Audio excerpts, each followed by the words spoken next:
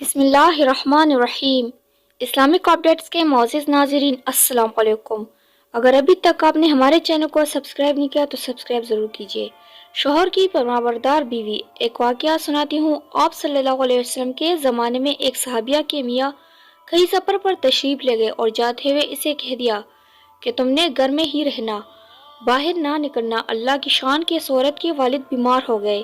اس نے آپ صلی اللہ علیہ وسلم کی خدمت میں پیغام بھیجا اور دریافت کیا کہ میرے میاں نے مجھے حکم دیا ہے لیکن میرے والد اچانک بیمار ہو گئے ہیں، آیا میں ان کی بیمار پرسی کے لیے جا سکتی ہوں؟ آپ صلی اللہ علیہ وسلم نے فرمایا نہیں، آپ کے میاں نے کہا ہے اس لیے آپ گھر میں رہے۔ اللہ کی شان دیکھے کہ ان کی والد کی طبیعت اور خراب ہو گئی۔ انہوں نے پھر اس کی اطلاع کی۔ آپ صلی اللہ علیہ وسلم نے پھر وہی جواب دیا۔ اللہ کا کرنا ایسا ہوا کہ اس عورت کے والد کا انتقال ہو گیا۔ اب آخری گھڑیوں میں باپ کا چہرہ دیکھنا ہے، لہٰذا آپ صلی اللہ علیہ وسلم کی اطلاع کی گئی اور مسئلے کا حل پوچھا گیا تو آپ صلی اللہ علیہ وسلم نے فرمایا کہ اگر آپ کے میاں نے یہ کہا ہے کہ گھر سے نہ نکلو تو نہ نکلو، صبر کر لو۔ اندازہ لگائے کہ اس عورت کے دل پر کیا گزری ہوگی۔